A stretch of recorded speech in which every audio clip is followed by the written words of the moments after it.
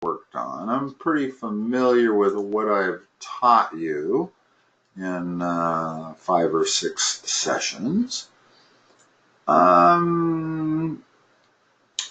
Let's just go through each of these subjects, and I will get an idea as to how knowledgeable you are in these. These are a little different than what we've done. You can see my screen, right? Okay.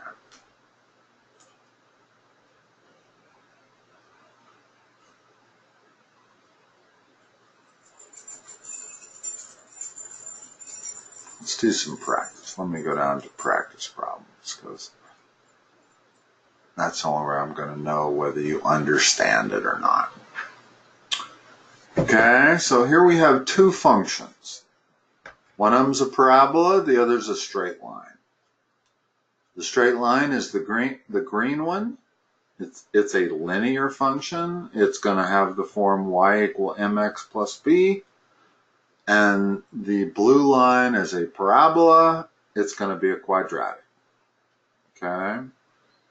These 2 types of functions are going to be the most important for you. Now, what is the best approximation of f of 3 plus g of 3? Well, let's take this one step at a time. What is f is the blue, y, or f of x is the blue, g of x is the green. So tell me what f of 3 is.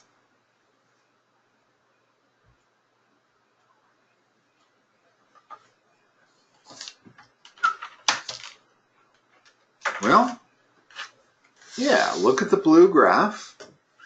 Go to the x-axis where x is 3 and tell me what f of x is. So I'm on the blue line. I go to the 3. I go up until I run into my function. What is f of x?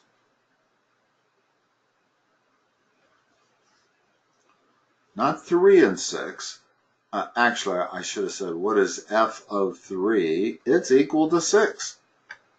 In other words, for every value of x that I give you, you should be able to give me a y.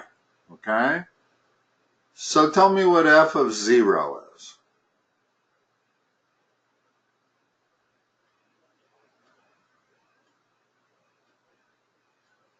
Oh, you go to the x, that's where 0 is. Now figure out what the y value is at that point. Well, there's the y value. So f of 0 is what? Yeah, exactly. That's the way you do these. What is f of 1?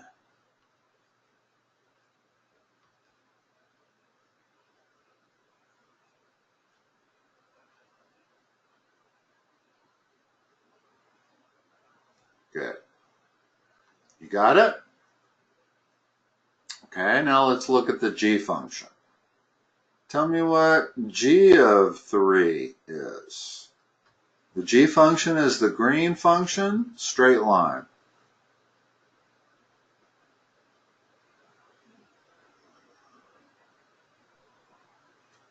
Tell me what g of 0 is.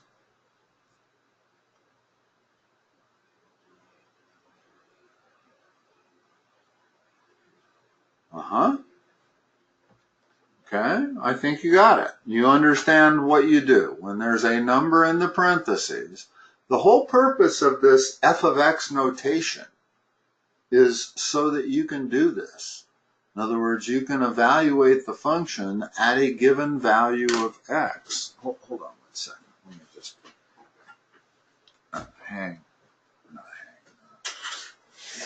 Windows. I'm not tutoring the entire neighborhood. So tell me what f of 3 plus g of 3 is. That's the question. F of 3 plus g of 3.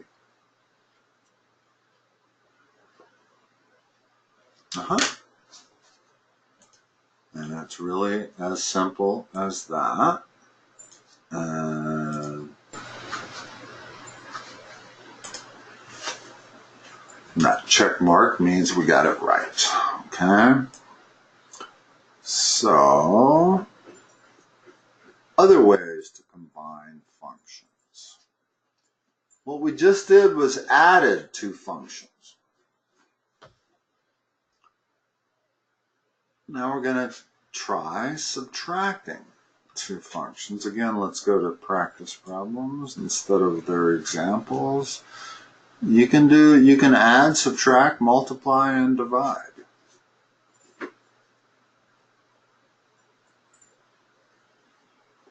Okay. Let me highlight this so we can. Tell me what P of 3 is.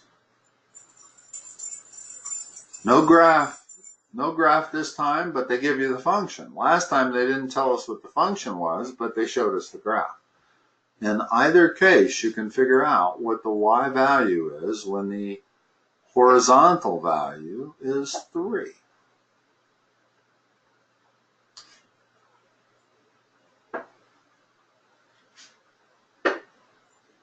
Remember what the secret is. No, don't forget the secret. There's only one secret. Can't forget it. It's whatever's in the parentheses gets plugged in for t. So what is P of 3? Simple as that. What is Q of 3? And what is R? Well, hold on. Yeah, R of 3. Okay.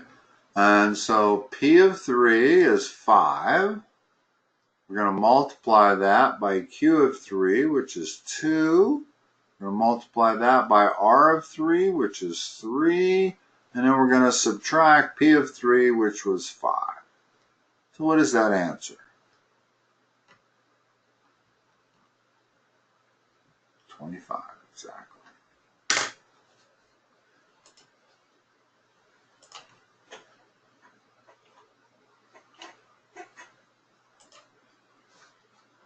Okay.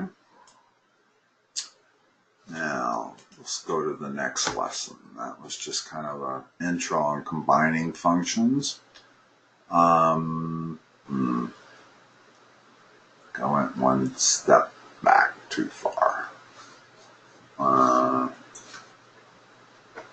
Now, one can, let's see, intro to combining functions, adding and subtracting functions. Yeah, let's do that.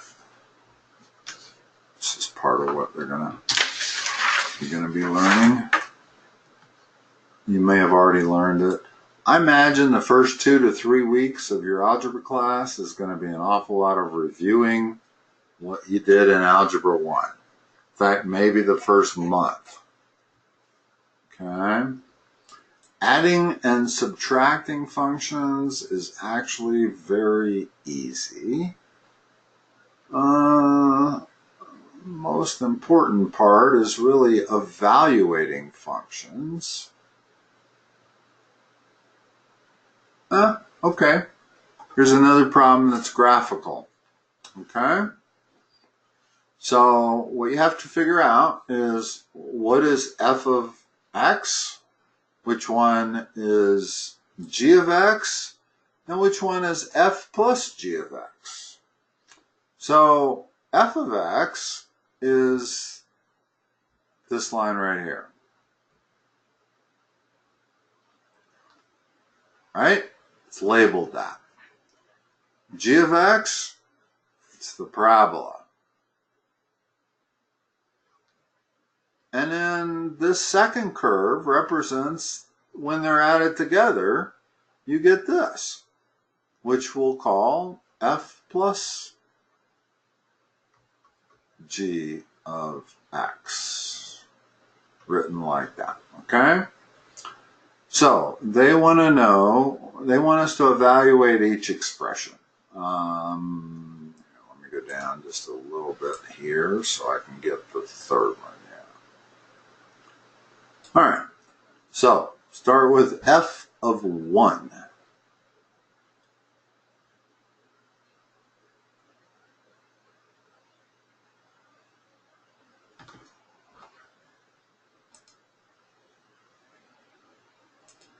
Yes. What's g of 1?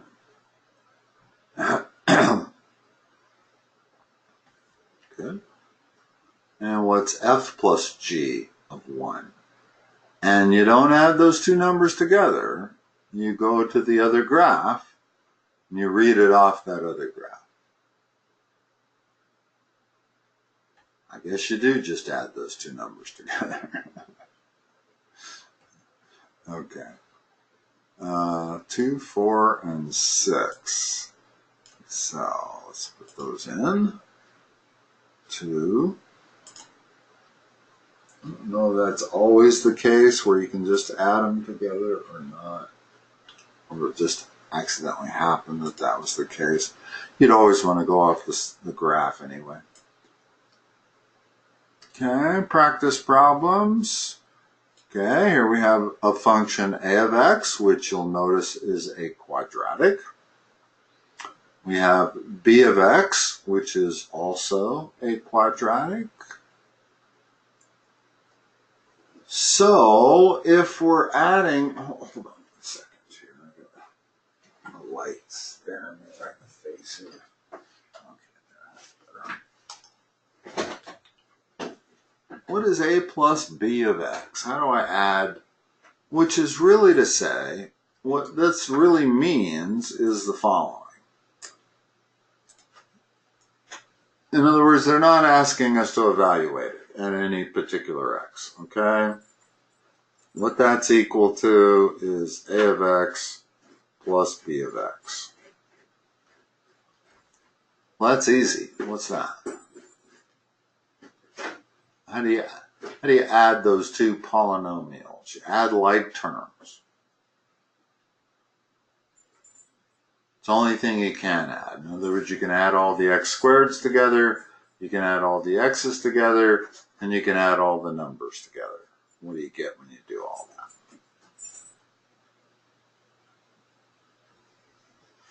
How many x squareds do you have? Oh, you got 3 there and you got 1 there. When you add those together, what do you got? Think of it as 3 apples and 1 apple. Well, you got 4 apples. And what is an apple? An apple is x squared. Now, how about the x's? What is the net x's between minus 5x and plus 8x? Plus 3x. I need the plus sign there. If I don't write plus, it has no meaning. In other words, if I just leave the plus off there, assuming that it's going to be assumed, that expression has no meaning at all. Most people would say, well, that means multiplication. So if I'm really trying to add two terms together, I need that plus sign. I do not need it in front of the 4 because that's the first term of the polynomial. So that is assumed. If I don't write a sign, that it's going to be plus. But if it's not the first term of a polynomial, you can't assume that. And what's the rest of it? What about the numbers part?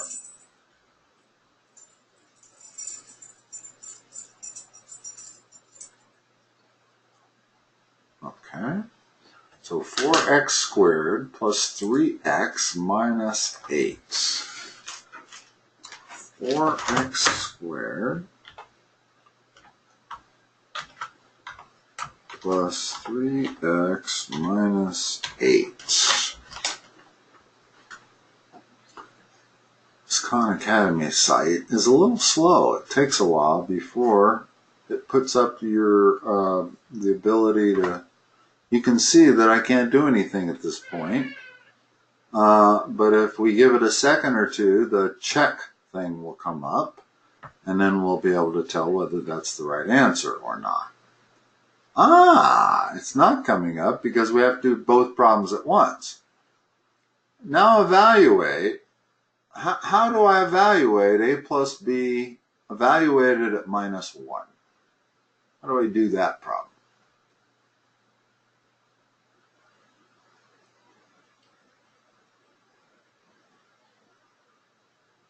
Here's what a plus b is, where I'm pointing. That's what a plus b of x is. So how do I evaluate a plus b evaluated at minus 1?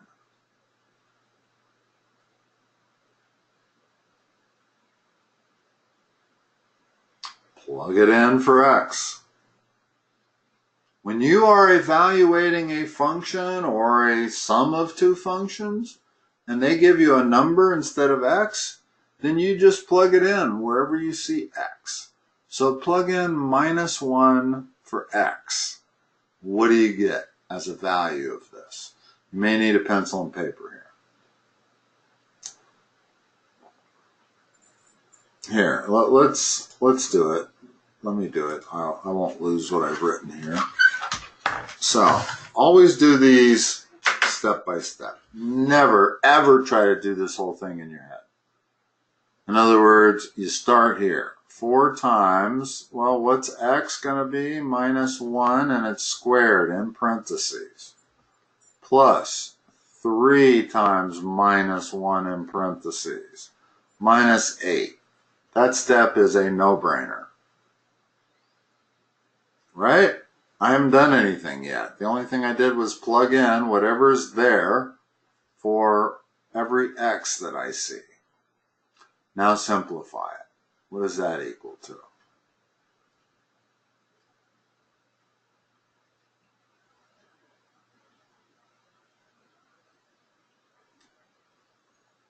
You got to do the minus 1 squared. No, do the minus 1 squared first. Always remember PEMDAS? Well, that's the order of operations. You do parentheses and exponentials first. So we're always going to do this part first. And what's minus 1 squared? Okay, and then times 4. Okay, so that part's 4. What's this part here? And minus 8. What's the entire answer? Okay. Yeah, no, you're right. You're right. It's 4 minus 3 is 1. And 1 minus 8 is negative 7. Okay, so now we have enough to fill in everything here. This is minus 7. And we check both of those. That one's correct. Oh, finally the checkbox did come up for the other one. Did take a while though, didn't it? All right. Subtracting two functions. It's actually just as easy. It's just the fact that subtraction gives people a little bit more problems. So if I'm going to do q minus p, I'm going to write the q function first.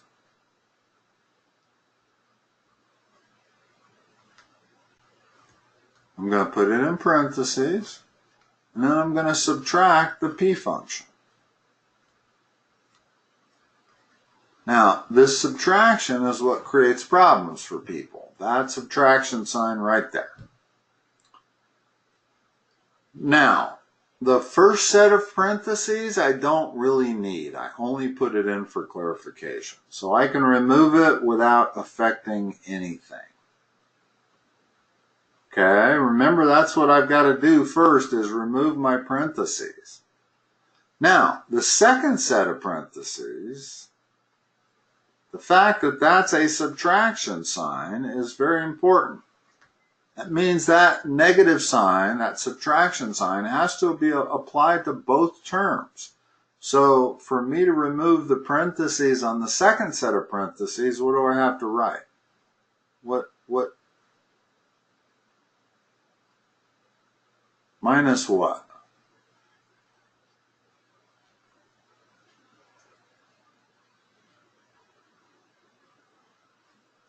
This negative sign has to apply to both terms. I just applied it to the 2t. Now I got to apply it to the negative 1. Turns it to a positive 1. That is the mistake that everybody makes. So get used to this method because you don't want to make that mistake. Whenever you're subtracting polynomials, that's all we're doing here. We have a quadratic minus a linear function, but it's minus the entire linear function. It's not just minus the 2t part of it. It's also minus the minus 1 part of it, which turns into a plus 1. Okay, now simplify all of that. Combine all your like terms. How many t squareds do we have?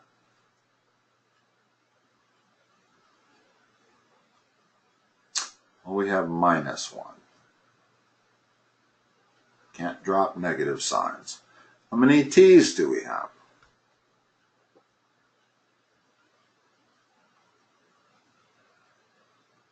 And how many numbers do we have?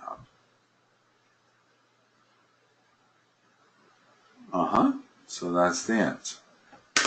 And I didn't realize that this was a example problem. Not that that matters. Okay, so now let's try some practice problems now that we know how to do it. Okay, and again, I'm going to get so I can write. Now, the only thing you really have to pay attention here is which goes first. Is it the j function or the k function? Okay, so tell me what to write.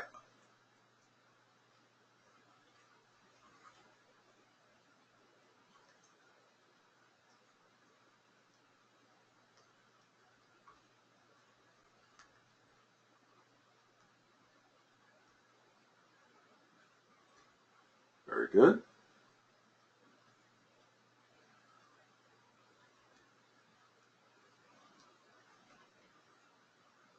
Perfect. Now, let's continue on.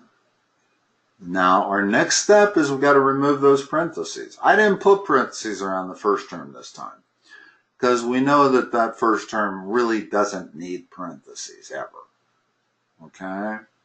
Unless I'm multiplying. If I'm multiplying j times k, then I do need parentheses around the first term. But if I'm adding or subtracting, I do not. But I do have to remove the second set of parentheses. So let's do that as the next step. I'm just going to copy everything that I have. Now tell me what else to write.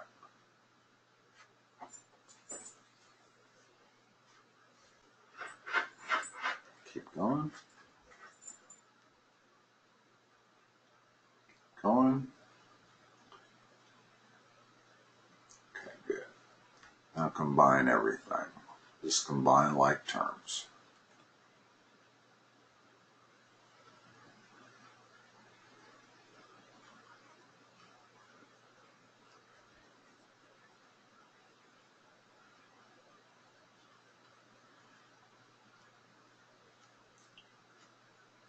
And one way to do this to make sure that you don't make a mistake is like that.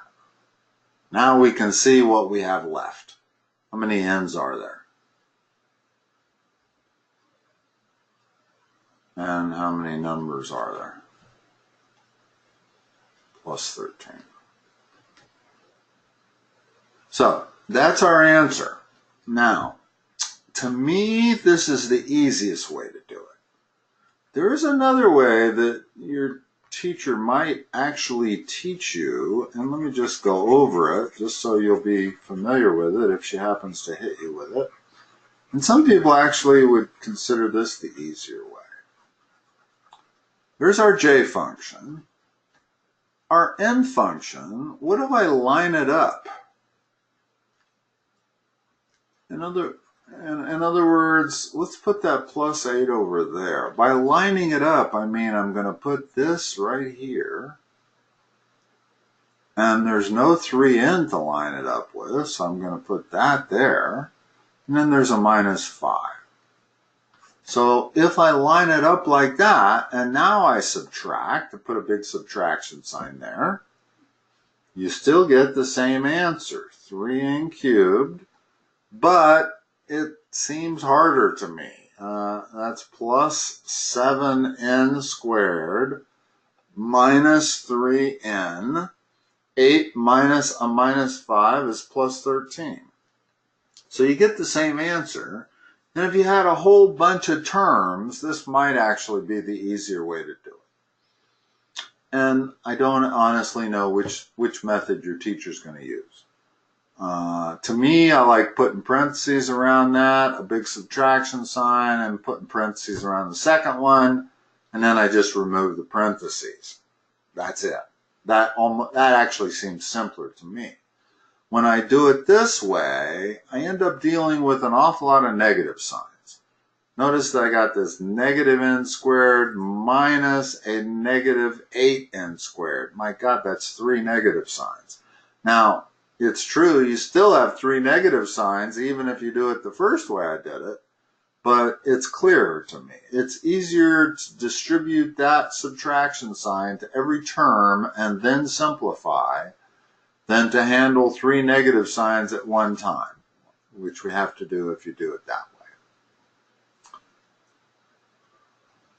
All right, we won't worry about actually filling it in. That's not necessary.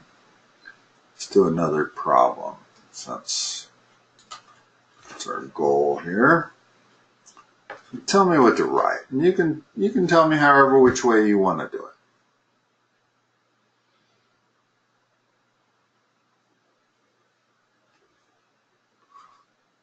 Just hold on a second.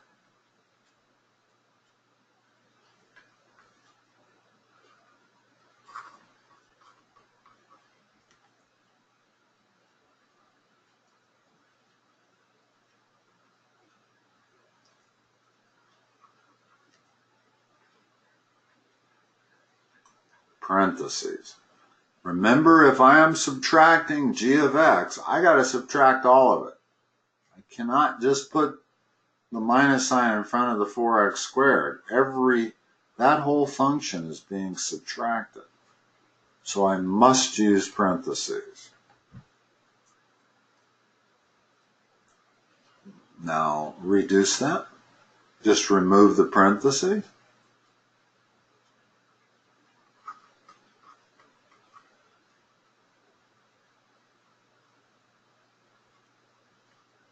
Keep going. Hold on. Okay, yeah, my mistake. Keep going. Minus 2, okay. Simplify that. Simplify it and put it in order.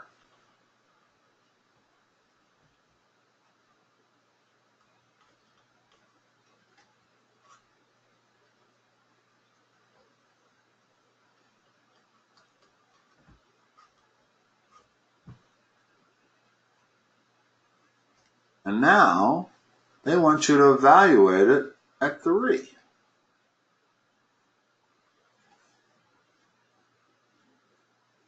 Tell me what to write. In other words, I don't want the answer. I want you to tell me what to write, because I want you to do these one step at a time.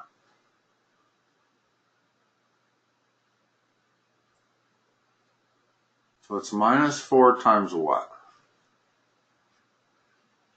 3 squared. The rest of it?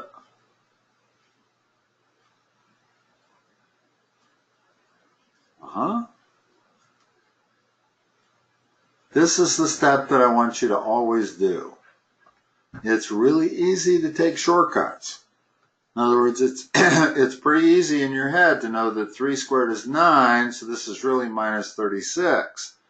But that's where mistakes get introduced, is when you start trying to do some of these steps in your head. So it's much better to just plug it in.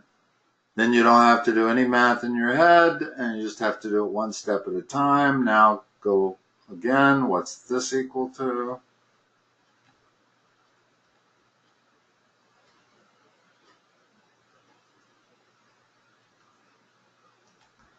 What's that equal to? Minus minus 7. What's all that equal to?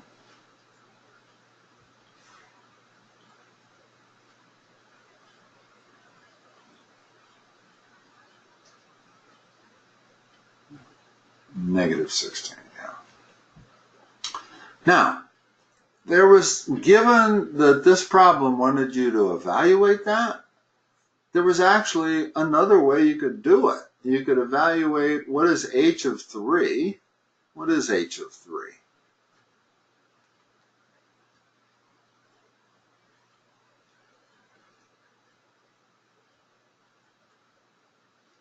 Here's the h function. It's h of 3.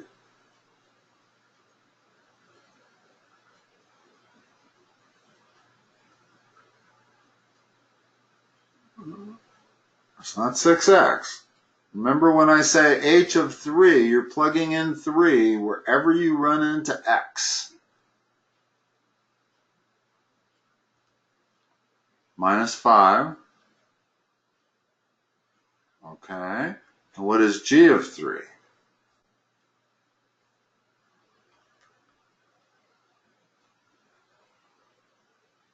$36 minus 21 plus 2, that's 15 plus 2, that's 17. Now notice that h minus g is minus 16. Same thing we got when we did it actually the harder way. In other words, the first way we did it, we actually subtracted the two polynomials first, which was all of this algebra. And then we substituted. Well, it was actually easier to substitute first and then subtract, right? I mean, h of 3 was easy, piece of cake. G of 3 was a little harder because it's a quadratic. But then once we get those two answers, now it's 1 minus 17. And so it does always give you the same answer. You don't have to do it this long way. If they're asking you to evaluate the difference of the two functions, then you can evaluate one function, evaluate the other function, and just subtract the two numbers. Just make sure you go in the correct order. You always want to make sure it's h minus g. So it's 1 minus 17. It's not 17 minus 1.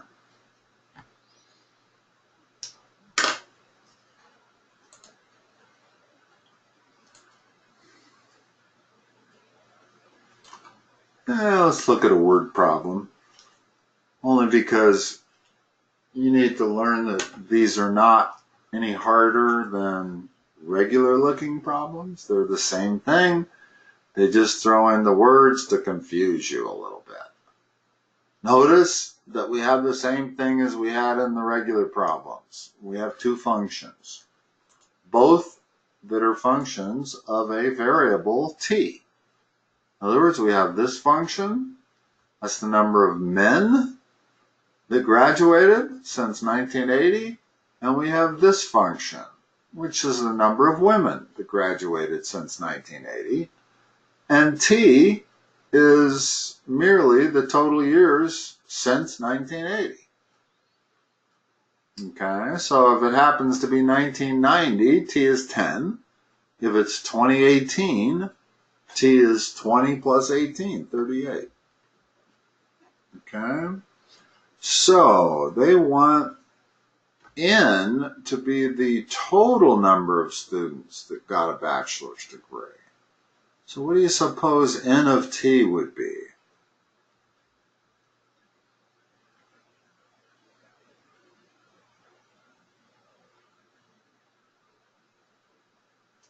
This the number of men.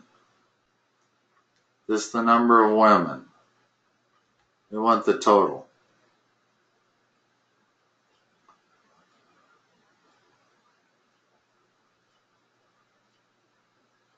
What have we been doing? Yeah, we've been adding and subtracting functions, right?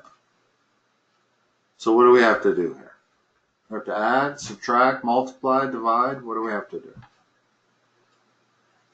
What do we get? Those two numbers equal 1,000. No, they equal 1,000. We're adding 526 plus 474. That's an even 1,000. Okay? Now combine the t's. That was the number. What about the t's?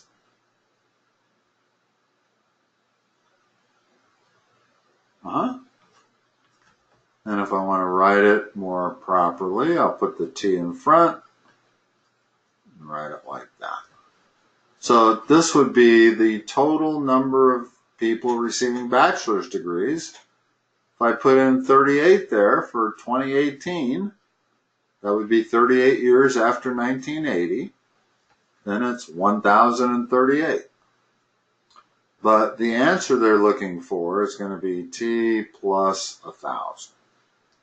That covers all years, not just 2018. No matter what year you want to say. In other words, in 1981, there were 1,001 people getting their degree.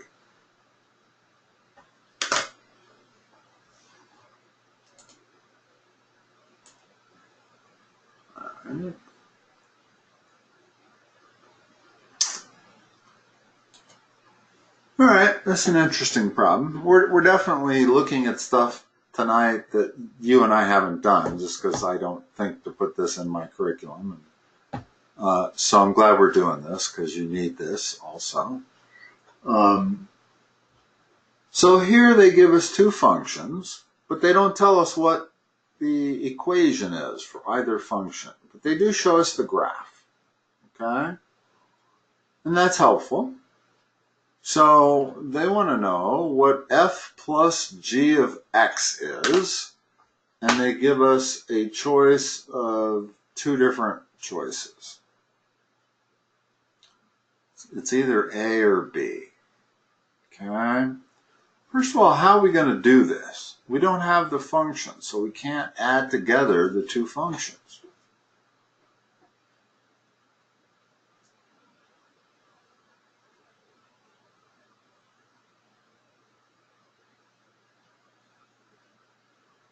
Okay, what is f of 2 equal to? Hold on.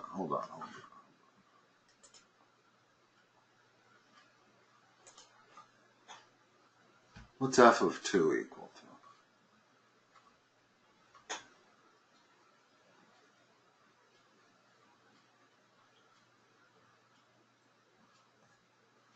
What's g of 2 equal to?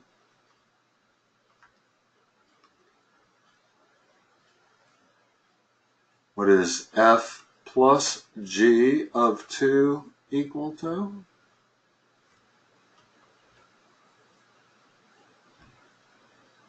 Okay. So, if we go down to one of these two functions, we got to find the function where when we go to 2, we find 3 on the y-axis. In other words, we know that f plus g of 2 is equal to 3. We just did it. We figured out what f of 2 was, what g of 2 was. We added them together. We get 3. So in this graph A, what is f plus g of 2 equal to?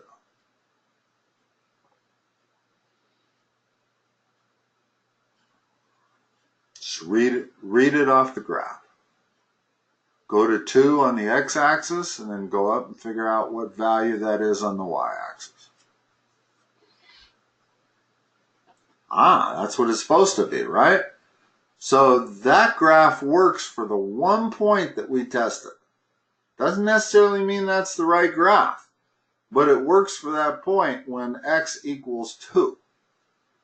Now, let's look at graph B. What is f plus, if this were f plus g of x, well, what is f plus g of 2 here? Yeah, that's not right. So B can't be right. A has to be correct.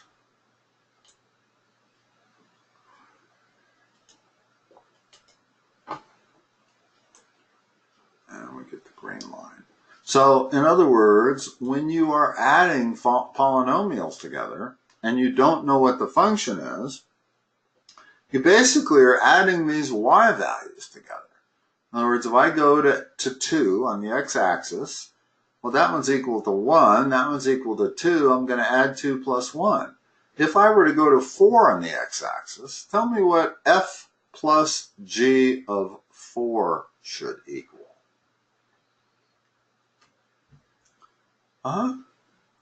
Figure out each one of them, and then add those two numbers. What is f of 4 equal to? Okay, what is g of 4 equal to?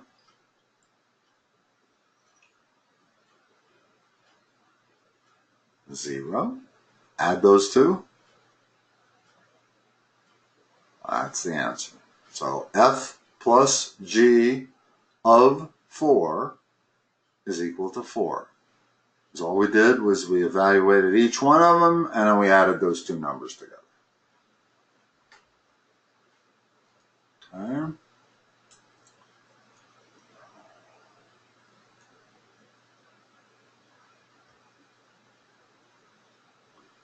All right, let's see. I guess we're done with adding and subtracting functions. Now let's talk about multiplying and dividing functions.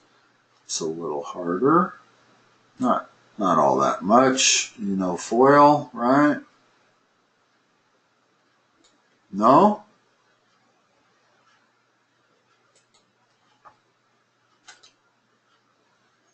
Hold on.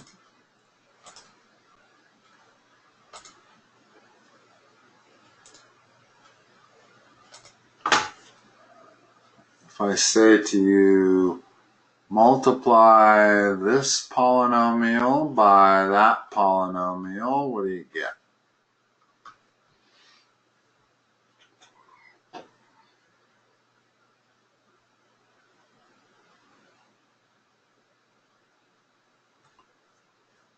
Oh, you got to multiply that by that, and you got to multiply that by that, and add those two terms together.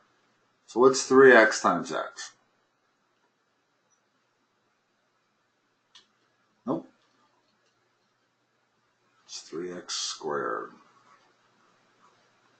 Remember your rules of exponents. 3x is 3x to the 1. If I'm multiplying it by x, that x is also to the 1. So I'm always adding the exponents if I'm multiplying the bases. So it's 3x squared. If this was a 3 and that was a 4, it would be 3x to the 7th. Now, the problem most people have is that the 1 is not written, so they don't think to add it, but it's there, whether you can see it or not. What's the rest of it?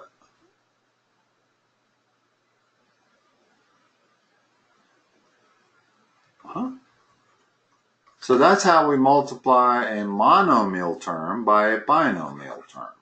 We multiply every term by every term. Okay? Now let's multiply a binomial term times another binomial term. And this is what's more common. This is what FOIL really applies to. First of all, have you learned FOIL? Did they teach you the word FOIL? That's first. That's outside. That's inside. That's last. So do it for these two. What's the first term?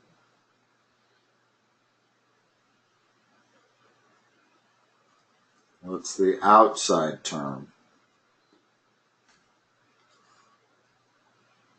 I need a plus sign. Plus 9x. What's the inside term? Just negative x, yeah, I don't need to write the 1. And then what's the last term? Okay, now simplify. Now when you simplify these, it's always just going to be about combining those two middle terms. There's only one x squared term and there's only one number. So there's nothing to combine there. But these two middle terms are usually combinable. So what do you get?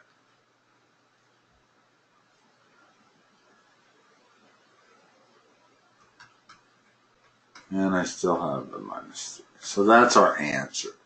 So this is called FOIL. But notice I didn't need the word FOIL. I could have also called that ET. In other words, that term by that one, that term by that one, that term by that one, that term by that one. Every term I'm just going to start on the far left. I'm going to start with that term. I'm going to multiply it by both terms on the right. I'm going to go back, go to the next term. I'm going to multiply it by both terms on the right. So I won't necessarily go, I guess I actually do go in this exact order, FOIL, when I do it like that. So FOIL works really good if you have 2 terms times 2 terms. If you have 3 terms, if I had this times 2 terms, well, now FOIL doesn't work so good. There's no first, outside, or inside, or last.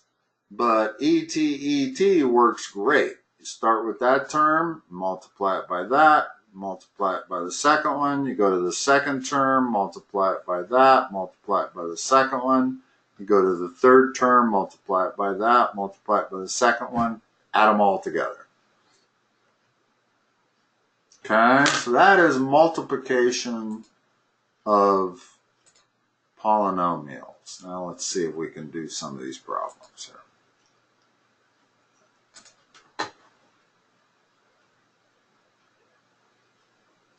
So here we're multiplying. Let's go ahead and write it out. Ooh, that's weird. Just a second. I didn't like what I just did there.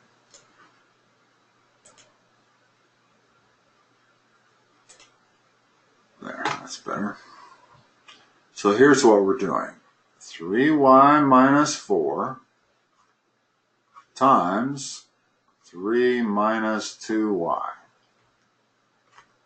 Tell me what that's equal to.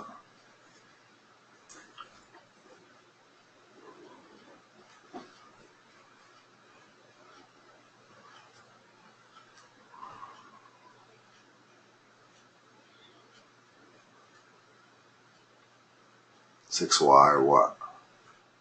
6y squared, okay.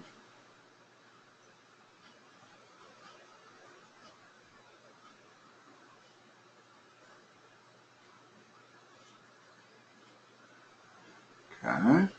Now notice here the 2 terms we're going to combine are the first and the last.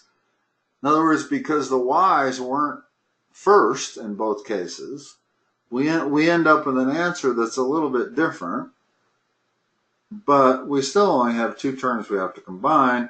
Combine the 2 terms and then put everything in order.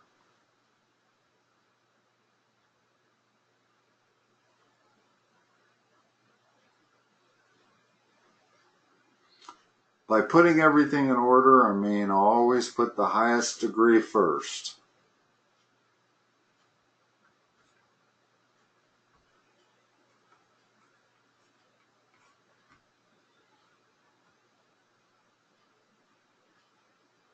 Good.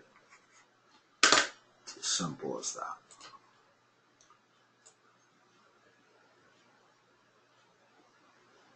Now, again here, they're asking us kind of to multiply these 2 functions together, but then evaluate the result at -1. And you can probably see that if I multiply these 2 functions together, I'm going to get a cubic. Okay? And then to evaluate that cubic at -1 is going to be tough. So it'd probably be easier if we want to look at this problem, and maybe we want to do it both ways just to convince ourselves that it's the same. But is this equal to m of -1 times n of -1? And I do believe it is. And this would be a far easier way to go. So let's first of all do that. What is m of minus 1? What is m of minus 1? There's the m function.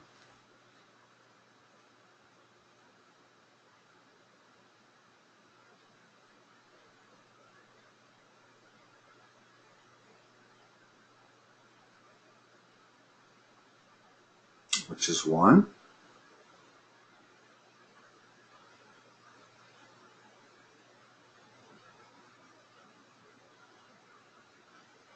A negative 3. So it becomes 1 plus 3. So that's 4. What is n of minus 1?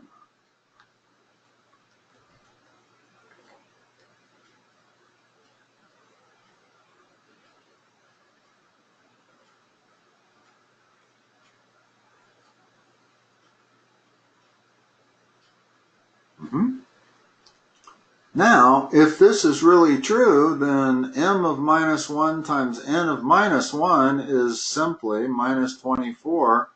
Pretty easy. Let's go back and do it the hard way, just to make sure that that theory holds. We can actually do that.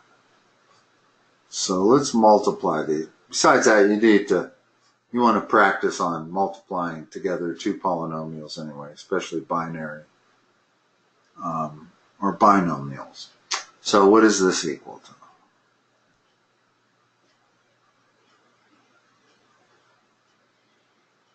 Rather than remember FOIL, I think the far easier way to do these, start on the far left, take the term on the far left and multiply it by both terms on the right.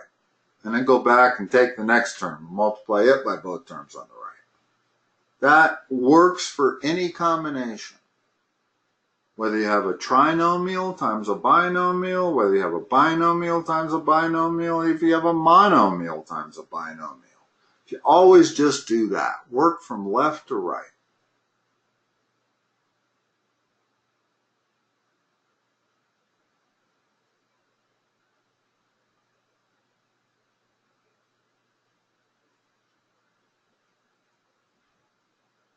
Keep going.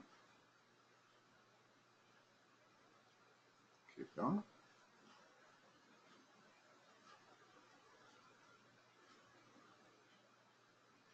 Keep going.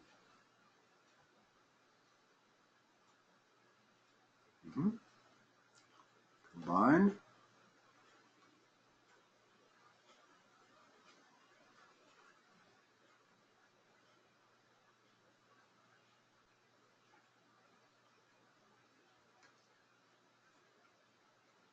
Now that is m plus n of x. That's what that is. Okay? So now, if we want to know what m plus n evaluated at minus 1 is, I'm going to substitute it. Just like this. Because there's a lot of negative signs there. You do not want to make a mistake, and it's really easy when there's a lot of negative signs. Okay? That's minus 1. Minus 1 squared is 1, so that's still minus 8. And this is minus 15. So we got minus 1 minus 8, that's minus 9. Minus 15 is minus 24, bingo. Which method was easier? This one by a lot. By a whole lot. The only problem is that this section is multiplying functions. So just because this is the easier method to evaluate it after you've multiplied them doesn't mean that you still have to know how to do this multiplication. You do. You just do. Okay? Because you're going to have to do it both ways. You can see on these that you have to do it both ways. You have to be able to multiply them, and you also have to be able to multiply them and evaluate them. It's just that when you multiply them and evaluate them, it's actually easier to to evaluate each one first and then just multiply those two numbers together. Like we did up here. We figured out what m of minus 1 was. N of minus 1. Multiplied that by that to get the correct answer. All right. Let's see in the last couple of minutes here whether we can figure out how to divide functions. Dividing is really not any difference. If I'm dividing j by h, usually I end up with something that can't really be simplified. In other words, the division is actually the easiest one because quite frequently, in other words, if I had this j divided by h, j of n divided by h of n, I get m plus 3 divided by 2n minus 1. Well, that's the final answer. Now, if I'm evaluating it at a number, then I got to substitute those numbers. But let's see what we got here. All right, here we're actually doing the division. And we'll do this and stop here. So they want g of t divided by h of t. That's what that means, okay? So what we have is t squared minus 4. That's g of t. And I'm going to divide it by t plus 8. Now the question is can that be simplified? And the answer is, in this case, no. What can I do with this t squared minus 4? Always be thinking factoring, always. So what is t squared minus 4? Does that look familiar? Difference of, okay, so how does it factor?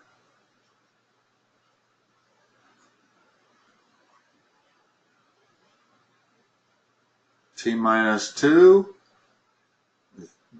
When you're doing difference of perfect squares, it's actually better to do the entire first term first, and then the second term is easy, it's just a conjugate. So it's t plus 2. So whatever the first term is, and this is really pretty easy because if I take the square root of that, I get t, and if I take the square root of that, I get 2. So the very first term is always the square root of the first term minus the square root of the second term. Okay? Now, because I got t minus 2 times t plus 2, I still can't simplify that. I cannot simplify that. That is my final answer. I could have just as easily written it in the original form I wrote it. But it's possible that it could have been simplified. What if I had t squared minus 64 over t plus 8? Well, now that top thing factors into t minus 8 times t plus 8. And I got a t plus 8 in the denominator. That crosses with that, and that's the final answer. So you always want to consider the factoring because after you factored it, you may be able to cancel one of those terms. I don't know why they gave us this problem because you can't cancel it. It would have been a better problem if they'd have made it t squared minus 64 because then it would simplify. In this case, that's actually the final answer right there. You don't even need, without the square root. T squared minus 4 over t plus 8. That's just as good an answer as this, where I factored it. Okay? So that's the main thing to consider when you're dividing polynomials, is to whether or not they can be factored. And if something can be factored, always factor. That's just the first rule of algebra. When you can factor, factor. Just do it. And you'll sometimes discover great things that cancel. Okay? Well, Brandon, I hope these sessions have been helpful for you. And good luck in your coming high school math class. And by all means, if you need help, let me know. All right. Talk to you next time. Bye-bye.